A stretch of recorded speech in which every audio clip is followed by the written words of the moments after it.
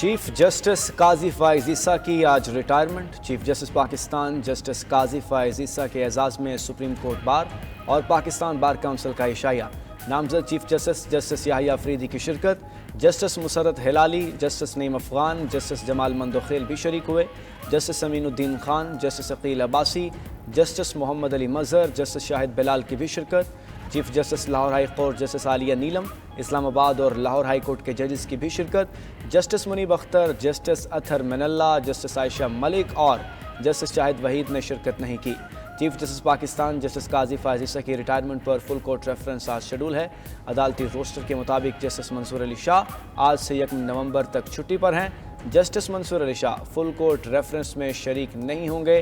نئے chief justice justice Yahya Afridi کی تقریب حلف برداری میں بھی شریک نہیں ہو سکیں گے۔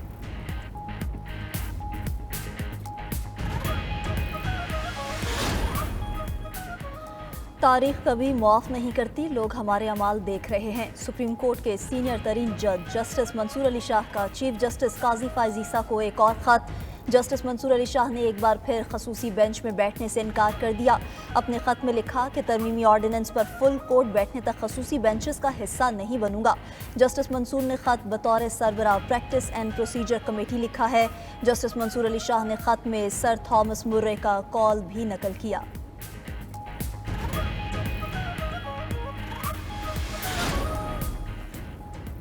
پتہ نہیں تھا منصور علی شاہ چیف جسٹس نہیں بنیں گے۔ چیف جسٹس قاضی فائز عیسیٰ کے بغیر 26ویں آئینی ترمیم ممکن نہیں تھی۔ چیئرمین پیپلز پارٹی بلاول بھٹو نے ایک انٹرویو میں کہا، آرٹیکل 8 میں صرف ایک لفظ کی ترمیم کرنے جا رہے تھے جسے کالا سانپ بنا دیا گیا۔ جو اختیارات آئینی عدالت کو ملنے تھے وہ تو آئینی بینچ کو مل گئے۔ مولانا فضل الرحمان کے بغیر بھی ہمارے نمبرز پورے تھے۔ ہم اپنی مرضی کا آئین بنا سکتے تھے مگر زور زبردستی کا ووٹ نہیں چاہتا تھا۔ پی ٹی آئی والے ہمیں فارم 47 والا کہتے ہیں، ہم انہیں سلیکٹڈ کہتے ہیں۔ یہ تو آپ مانیں گے میں نہ فارم 47 والا ہوں اور نہ سلیکٹڈ۔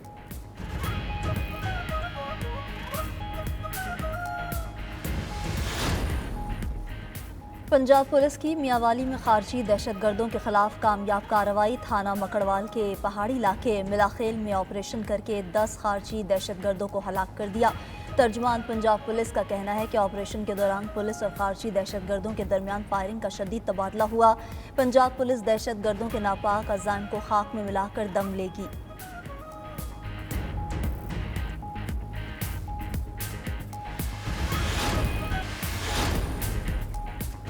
وفاقی وزیر خزانہ کی واشنگٹن میں اسلامی ترقیاتی بینک کے صدر سے ملاقات۔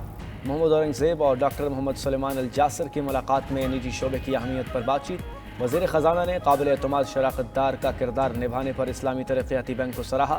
دونوں رہنماؤں میں سعودی وزیر برائے سرمایہ کاری کے حالیہ دورہ پاکستان پر بھی گفتگو ہوئی۔ وزیر خزانہ نے محمد ڈیم میں اسلامی ترقیاتی بینک اور عرب کوآرڈینیشن گروپ کی سرمایہ کاری کو بھی سراہا۔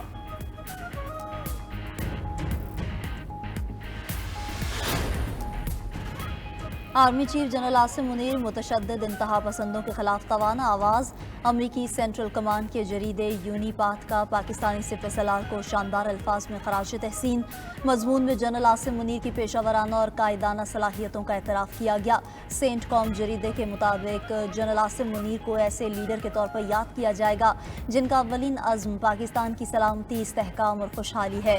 ان کی قیادت میں فتنہ الخوارج کے خلاف وسیع فوجی آپریشن ہوئے۔ General Asim Munir 5th generation warfare سے درپیش چیلنجز کو تسلیم کرتے ہیں۔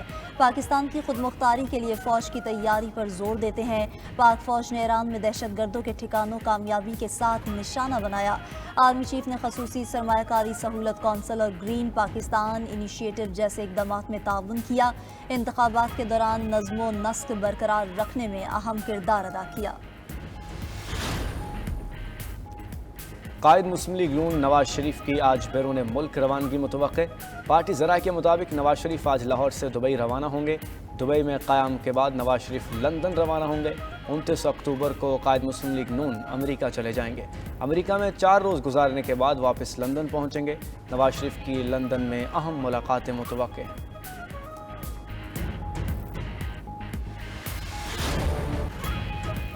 بانی پی ٹی آئی کی اہلیہ بشرا بی بی ضمانت پر اڈیالہ جیل سے رہا۔ بنی گالہ میں مختصر قیام کے بعد وزیر اعلیٰ ہاؤس پشاور پہنچ گئیں۔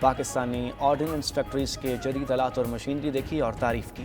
ملاقات میں مختلف شعبوں میں تعاون بڑھانے کے لیے مزید اقدامات کی ضرورت پر زور دیا گیا.